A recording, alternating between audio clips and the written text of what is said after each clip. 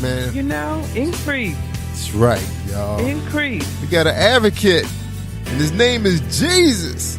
Jesus Christ. Amen. Our superstar. That's right, y'all. Today, yesterday, and forever. You tell him, Paula G. You tell him. That's right. Forever. All right. And ever. Tell him, Robot. You're listening to Yours Live Worldwide Robot's hanging with us tonight. You tell him, little buddy. All right, Paula G. What's going on in your neck of the woods? What's going on in Georgia? Man. Well, we got a lot. We got a lot going on. Getting ready for this event in April down here in the ATL at the Good Acting Studio. Yeah. I just actually spoke with Mario today, so we're moving forward, and we are just excited to host this event at the venue that we're hosting it at, the Good Acting Studio, their Black Box Theater, which seats 40. It's an intimate environment, so we're excited about that. Of just having a nice group to come in and minister and be ministered to. The artists that we're looking to have are just I'm just excited. VIP. The artists, the interviews, the guests, the guests that are coming into town. Just really, really excited and just so appreciative for everyone's support, outpouring. My sister, shout out to my sisters, Monique Washington, B Speaks Life, and Shay Samuels, just for, and yourself, thinking about Barbara, yes. Oh, but you know what? Before I go any further, got to wish our Pastor Kelly, Paul Kelly, a happy birthday. Happy birthday. That's right. He had a birthday this week. That's right. He was quiet about it, too. I was just talking to him the day before. He didn't say nothing about, Batman may not get to talk to you, too. Find out on Facebook. Yeah, we may not get a chance to minister. Then Facebook sends me a message. Right. Man. I must got another friend. Find out on social media. Yeah, I must got another friend named Paul Kelly. Yeah, can't be that Paul Kelly. Yeah. All right, so y'all heard it. Let's wish Pastor Kelly a happy birthday. That's right. Remember last year? I was just telling somebody the other day. Send him up some heart. Isn't that what he always saying? Send up some heart. Send up some heart to Pastor Kelly. Send him up some Wish heart. him a happy birthday, y'all. Go on. Send him some heart. That's right. And he's up there talking about your birthday today. That's like he ain't finished with his birthday yet. He talking about Paula G's birthday. Yeah. Oh, mine's gonna be a minute.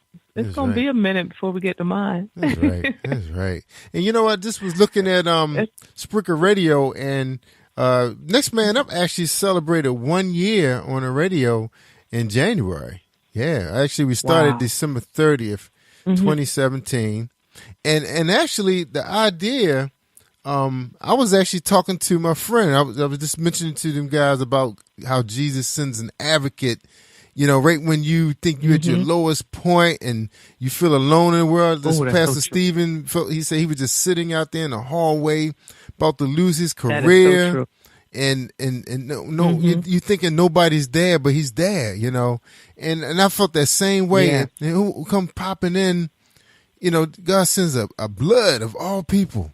He sends a blood, and for so much wisdom and telling me so much despair, so much hurt, so much disappointment. And then you start thinking about your situation and say, wait a minute, I am still in charge of this. Why are you feeling sorry for yourself? So you just never know who God going to send. There's going to be the right person at the right, it's not going to be your girlfriend, not going to be your mom, not going to be your dad, grandpa. Just the person you least expect be the person who's going to pull you up by your bootstraps and say, hey, you still standing, you still got air going in your lungs. Go do you, That's right. He will definitely, and he always, and for me, I always pray if I'm going through something, if I'm dealing with something, I always pray, Lord, send me in whatever format you choose to send, either the encouragement or the answer, the relief, the help, whatever it is. But the key is we've got to be discerning enough. We've got to incline our ear to him. We've got to have that relationship with him so we recognize it when he sends it. Because like you said, to your point, it may not be, your BFF. It may not be your boyfriend, your girlfriend, your significant other, your husband, your wife, whoever you think it may be. God may not package it in that form. It may package it in somebody that you don't like, or he could choose to package it in any way he chooses to package it, and it's up to us to be discerning and be aware of and recognize when he sends that that gift or that answer or that help. And I was just telling somebody today. I said, I think before I got into the Christian radio, I said I interviewed over 1,000 people.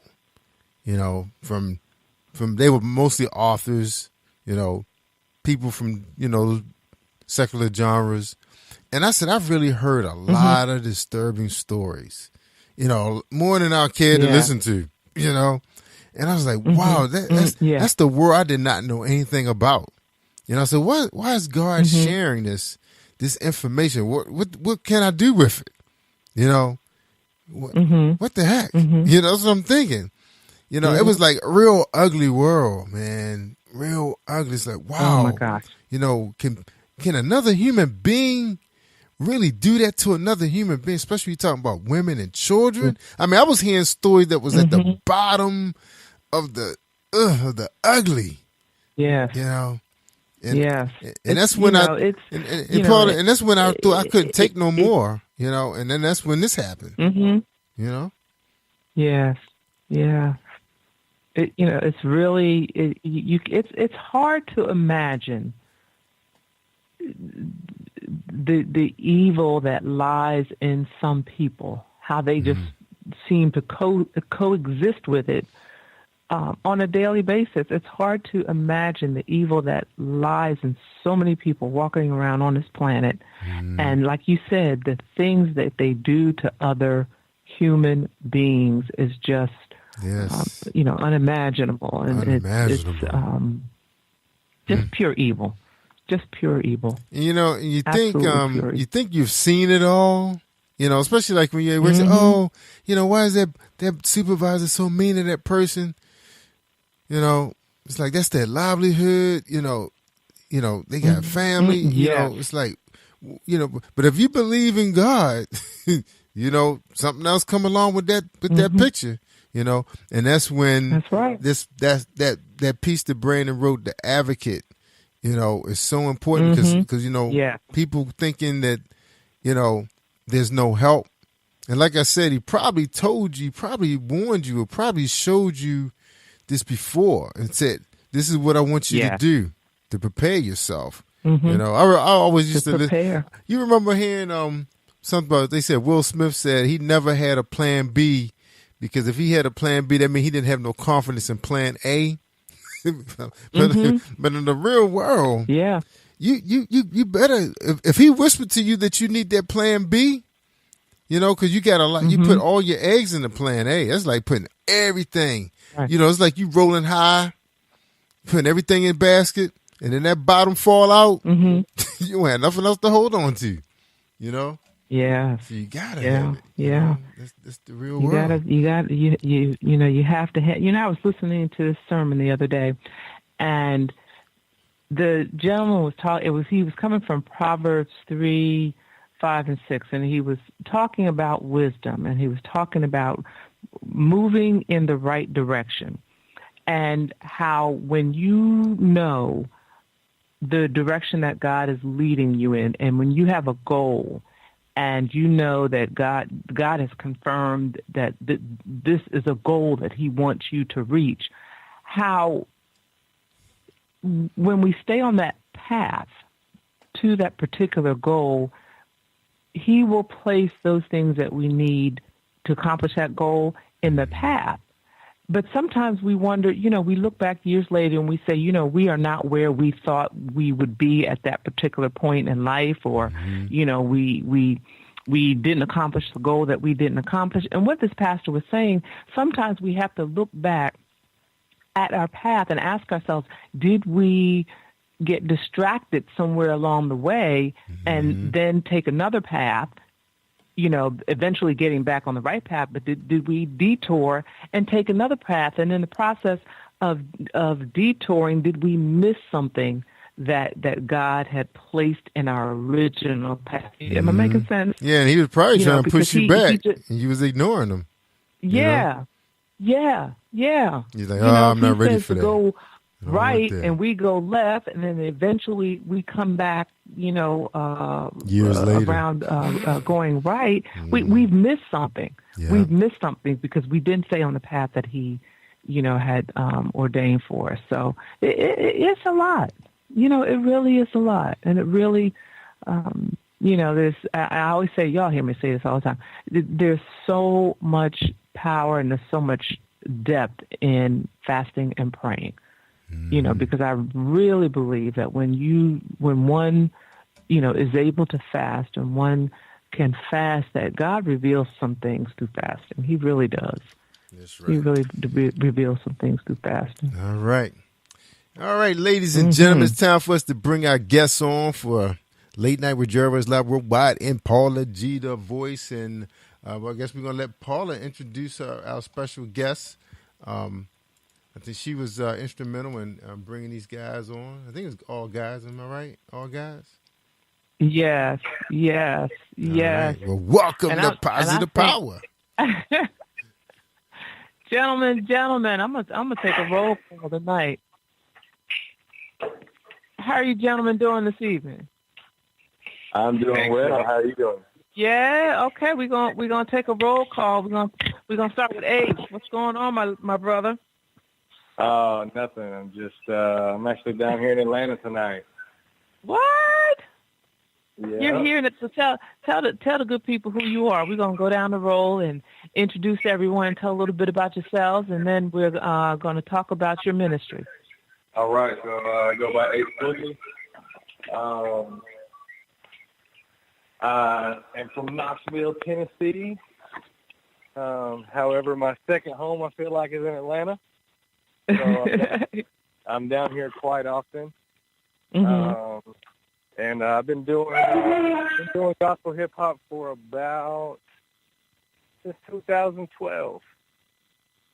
Oh wow, okay. So you've been at it for a minute. Correct. You've been at it for a minute. All right, and we've got Mr. T. Hattie with us as well this evening. What's going on, sir? Not much. How are we doing? Tell the good people who you are. It's Mr. T. Hattie on track. I love God with all my heart and soul, and I've been doing music, pursuing this thing in Christ even since 2000. Wow. Just been at it forever. Work with a bunch of people doing music. That's not important. I'm here with my dogs, Boog had a lot, and we on a mission to spread some great music the way that God gave it to us to spread it, and that's what it is. All right. And last but certainly not least, my brother bringing up the rear, Mr.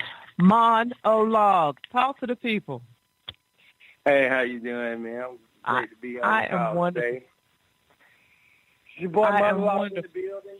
Boog had a law.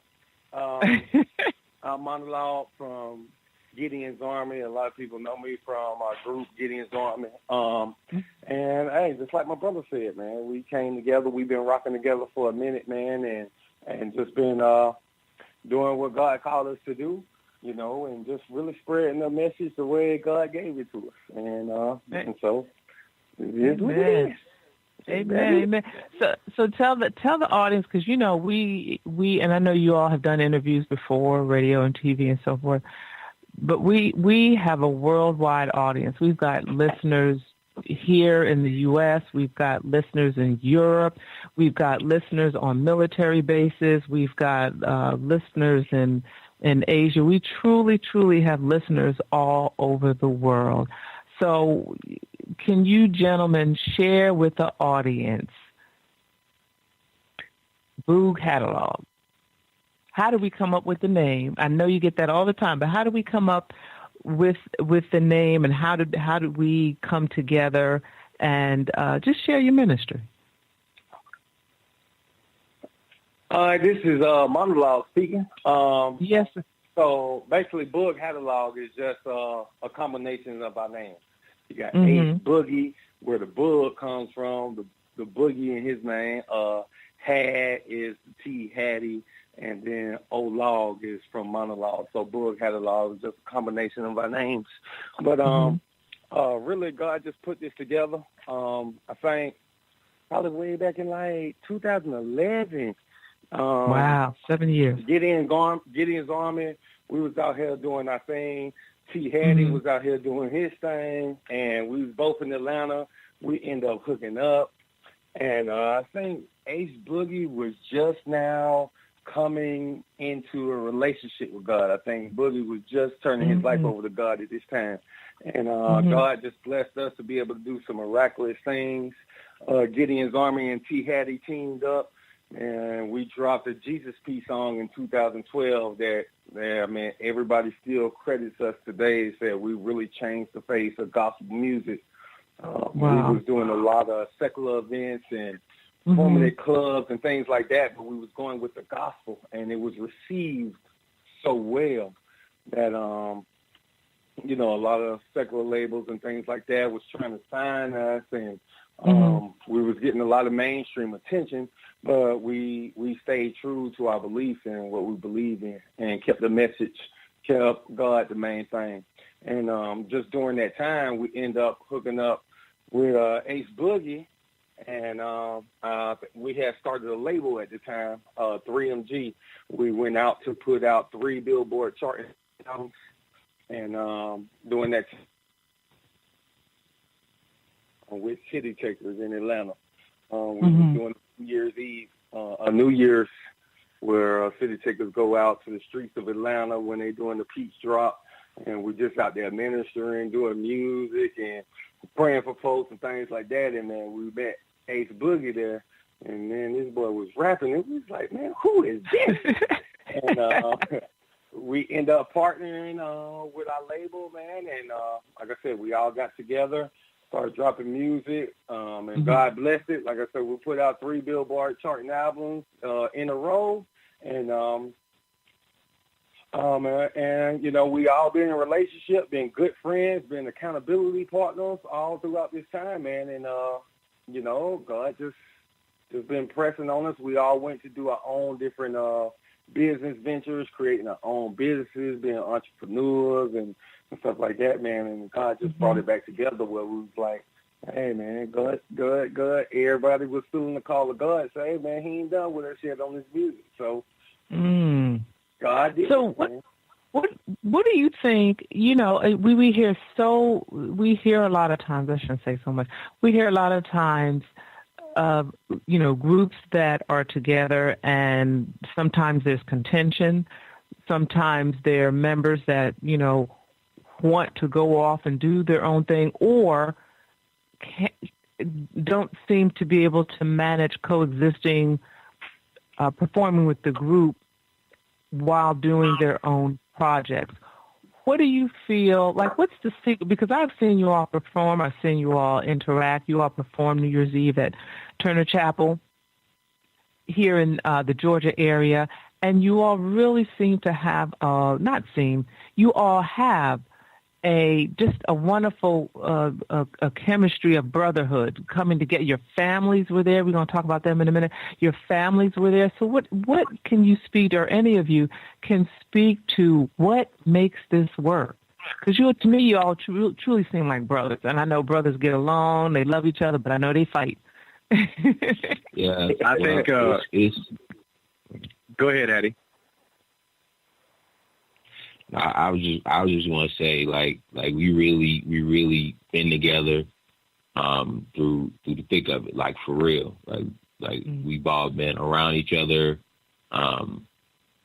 Everybody's seen each other's lives, and we've all been around each other to build a genuine bond amongst men. You know what I'm saying? So it's a real bond. So it's not hard for that to translate on to another environment where you're supposed to be real anyway. If you worshiping God in spirit and in truth, then you're supposed to be real there. So if we worshiping God in spirit and in truth, and then you surrounded by people you love for real, and it's real too, then all that chemistry, that's just gonna happen by natural. You know what I'm saying?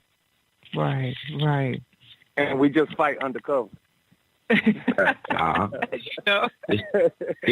everything, good, the bad, and the ugly is all real. It all comes out, and and I love how you had your families with you New Year's Eve, and I can't remember whose child it was that came up there on the stage and just started jamming with y'all. Mama was trying to pull him down. I'm like, nah, let him stay up there. Let him stay. That was my sister's son. This is Ace, by the way. That's my nephew, and he is like, I would consider him mine almost. Yes. It's funny because he looks like me, he acts like me, and he thinks I'm just the greatest thing ever. And, oh yeah, I can see that.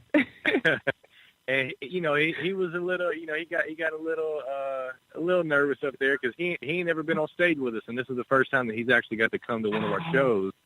Yeah. So it was nice to at least have him up there. He actually is, for a 4-year-old, I think he's about to be 4. He's a little guy.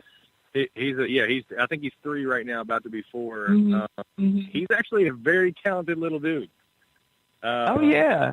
And so we're trying to like get him around and have him, have him with us when we can. And they actually live in Macon now. They are from where I'm from in Knoxville, and they just recently moved a few months ago to Macon. So hopefully, when I'm down here in Atlanta more often, we're gonna be able to bring him around. But that was exciting. I know it was exciting for him too, to be able to see himself up on the stage.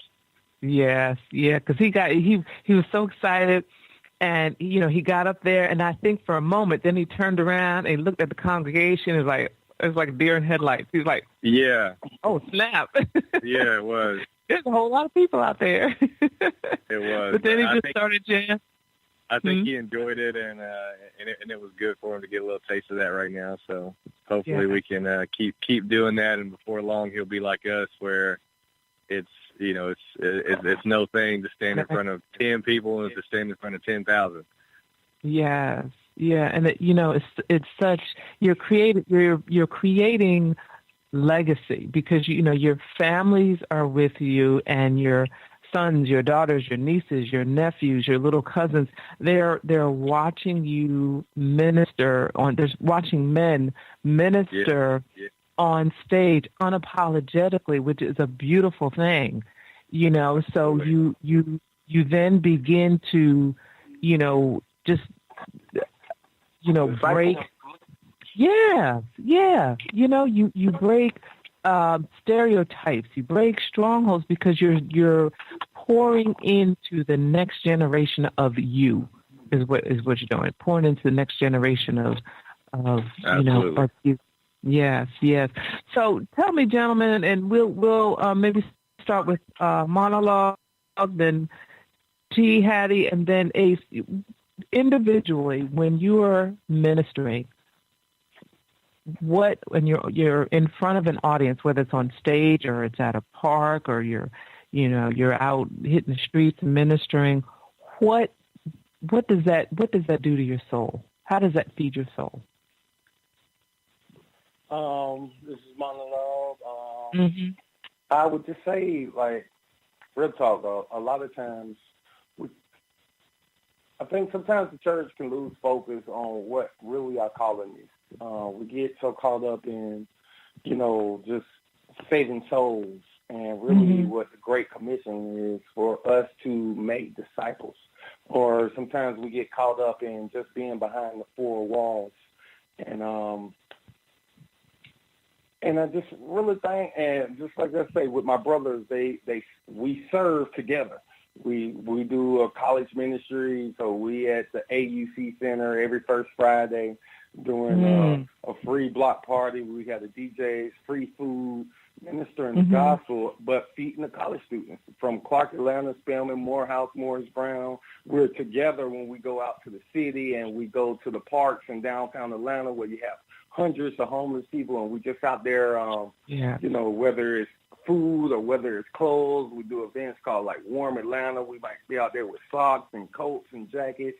I just think, man, like once you really understand the mission and really, like Jesus said, hey man, even the story in the Bible is saying, hey man, when I was naked, you clothed me. Come on now. When I was hungry, you fed me. When I was thirsty, you gave me something to drink. We're like, when did we do this, guy? He said, hey, when you did it to the least of these.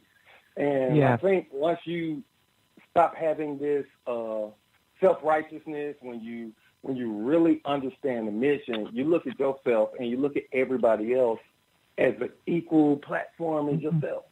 So, we all been through them things where, man, we blowing up, we touring in Africa or touring here or this and that. But, I mean, once you really, man, get the heart of God, I mean, you can't help but be overjoyed. You can't help but be full when you're doing those things. I mean, sometimes we post certain things on social media, but we don't post everything because, like I say, it's not about the attention of others, but it's really just about just showing the love of God, being the church, being, everything that Jesus represented when he came here. And I think, when we do what we do, you can't help. I mean, to answer the question, you can't help but be overjoyed. You can't help but feel a certain kind of, satisfaction, not for yourself, but because you're bringing glory to God. And so that's, I think that's the way we try to approach everything. Like I said, we like to do things in the spirit of excellence. Yes, we want to rock the show. Yes, we want to, have it turned. But at the same time, it's the reason why we don't mind doing worship inside of our sets. We want to do that because some folks don't. Sometimes you see these teenagers and, hey, man, they might not see that nowhere else. So they can see some dudes who got some great music.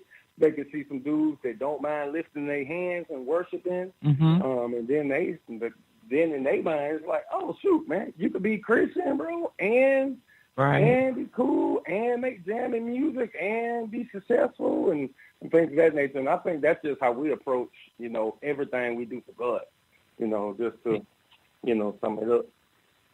Yes, yeah. T. Hattie? Yeah, I mean, I'm just driven by my love. You know what I'm saying, for God.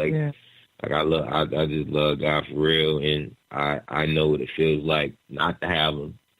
So, everything in His Word, everything that God is built, it includes Him. It doesn't exist without Him. So it's like to be without Him takes away my peace and my joy in my life. So I have to be in His presence. So you would be one that's privileged to be able to go and stand on the stage and be a representative and to magnify that and to make it great and to bring unity in the building. Like, that's an honor. So, like, for me, it's life for me. You know what I mean? It's breath for me to be able to do that. Right. Amen. And Ace, what about you, sir?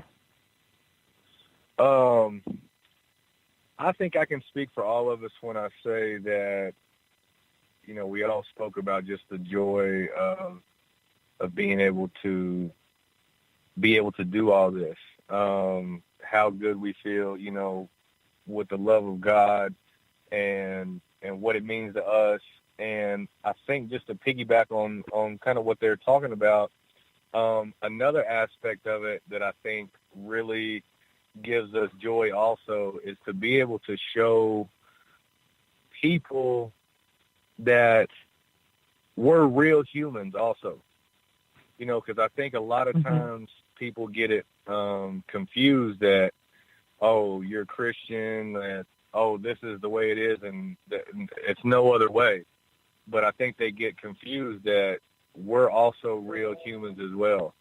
And to be out, whether it's in the streets, and these guys join me when I go in battle in secular clubs and stuff like that, and that is a definitely, I would say, 98 percentile non-Christian environment. Lots of times in in hood clubs or just in rough parts or whatnot, and for us to be around these people and be chopping it up with them and talking with them and letting them see that we're just like they are.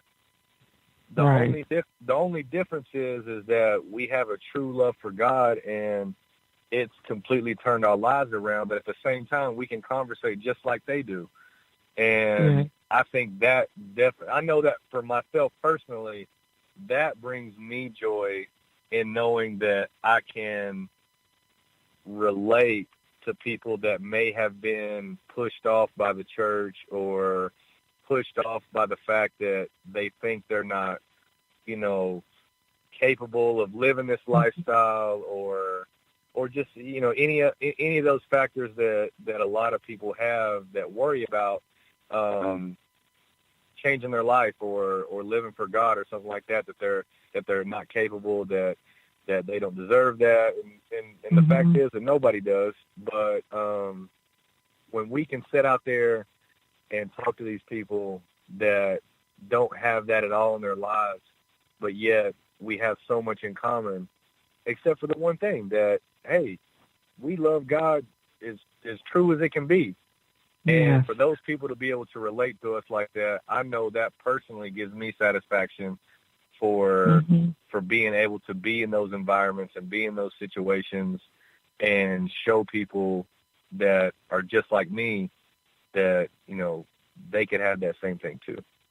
Yes, yeah. And, in seeing you all minister, watching you all minister, and having had the opportunity to chat with you all a bit, all of you are very personable, and all of you are very relatable. And what I saw New Year's Eve was truly a transformation in that sanctuary when you all came up and began to.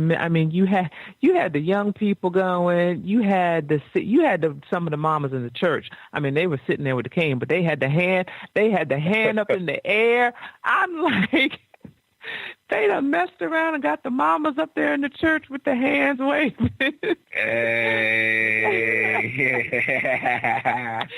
I don't know if y'all saw that or not, but Mama was sitting up there, but she was looking sharp because it was New Year's Eve. But she was going, and it was just a beautiful, beautiful thing. The kids started coming down. They were up because usually they'll sit up in the balcony. They were coming down from the balcony. They were coming from the congregation in the front, just enjoying and being immersed in your ministry. And just everyone, because as I looked out over the congregation, I'm like, everyone is up. Everyone is on their feet. Everyone is really just being blessed by your music and being blessed by your ministry. So just, you all just have a powerful message. You have a powerful gift. There's just so many dynamic things, I believe, about you all on so many levels that you're able to come together. You're able to work together. Sure, you don't always agree, on things, but you're able to keep your eye on the goal and the vision, and that is serving Jesus Christ, ministering to his people, and reaching them where using your gifts to reach so many different people. It's just, absolutely phenomenal. And I just, I thank you all. Thank you. To pray, just continue to pray that you all continue to do what it is that he's called you to do. So what do you see moving forward for 2019? What are some of the things that perhaps God has showed you all for 2019 moving forward? Take over. God's power and dominion reigning everywhere. Everywhere we tread our feet, God's power showing up. Dominion, whether it's wherever. You know, what I see for this year, God's power really moving, and us being a light, and us operating in purpose. Amen. Yes. Anybody? And I'll be on the lookout because we are actually we'll probably be dropping a new video here within the next couple of days for our single. Right now, they're spinning on like 30, 40 different radio stations. We have a song called I Just Want to Meet Him. And so we'll be releasing that video here pretty soon. Everybody is working on solo projects as well as group projects, as well as praise and worship projects. I mean, we have a lot of things in the works for this year. So yes, y'all just keep up with us, because as God lead us, like Hattie said, a takeover. So we like we experienced, we had those years and we took a break, but now we just going back and running forward with the King, like we were, and dropping music and really just taking over, infiltrating the game. Awesome. Anybody else? And I love what you. Oh, go ahead, love. No, I just was saying that they pretty much said it all. I mean, you just, you know, we all took a break.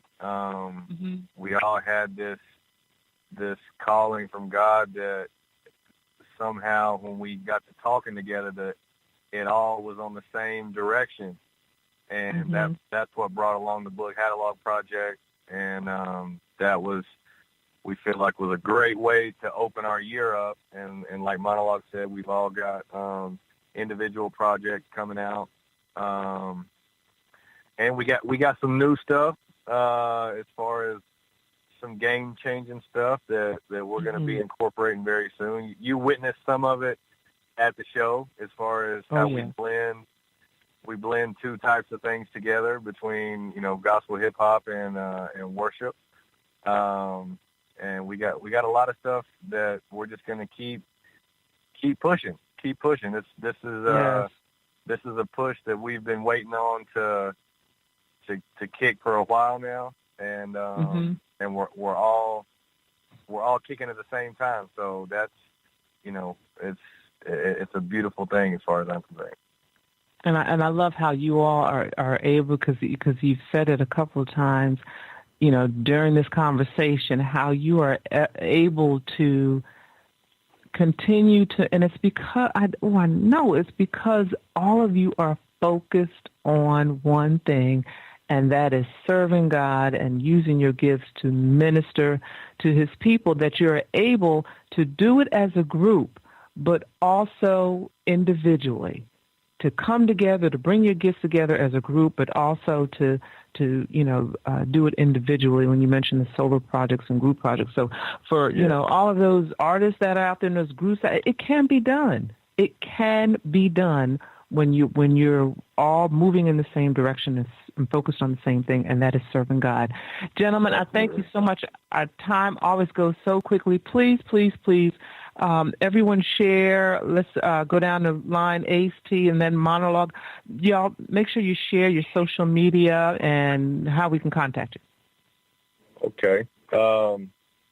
You can find any and everything social media related, testimony, music videos, battles, merch, and contact information, anything for myself on aceboogie.com. ACEBOOGIE.com. If we're talking strictly social media, you can follow me on Twitter at AceBoogie. You can follow me on Facebook and Instagram at AceBoogie the Bible Bully.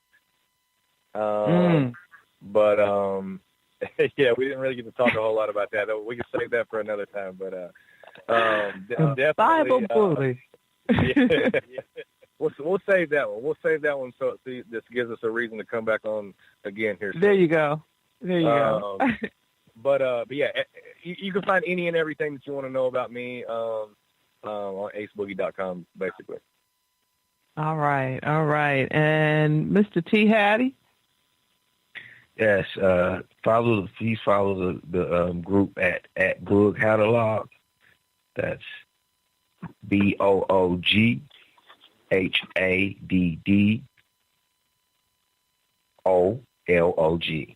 Boog Catalog. So follow us there. And then for me, T. Hattie on the track. Everything is T. Hattie on the track. Yeah. All right, T. Hattie on the track. All right. Yes, and Monologue. Everything, yes, sir. Everything is Monologue GA. That's MONOLOGGA. It's all social media, and of course, like Hattie said, Boog Catalog. Y'all make sure y'all check us out at Boog Catalog. We have EP out now, and yes, it's on all streaming sites. So y'all make sure y'all go check that out. All right, gentlemen, thank you. And you just gave the website, right? I did hear that. Yes. Yes, ma'am. Okay.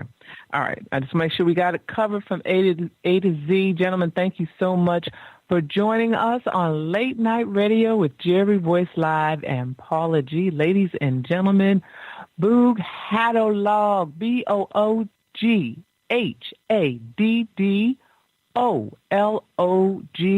They are in the comments I posted. Please go out, support these gentlemen. They are doing a mighty thing in the Lord, and they're doing it together. Thank you all so much, gentlemen, for joining us. And Thank you for having us. Yes, and blessings to you. Keep doing what you're doing, and I'm going to keep up with you. Yes, ma'am. I'm going to keep up with you. I'm going to keep up with you. All right, well, I do believe it is time to transition to those ladies of the Christian Party Line. We are 1 minute past midnight, and it is time for my sister, Shay Sams, the Christian Party Line with Chanel, Lynn Malloy, Patrice Jackson, Shalonda Williams, and Lakeisha Mosley. Oh, yes, and yours truly. The Christian Party Line this evening after midnight. Is my sister with me? You're listening to Royce Worldwide Podcast. All right, hold on, Paula G. We're going to take a quick break while I change the tape. Excited, huh? Yeah, while I change the tape. All right, do it, robot. This one is called Mountain by Avery.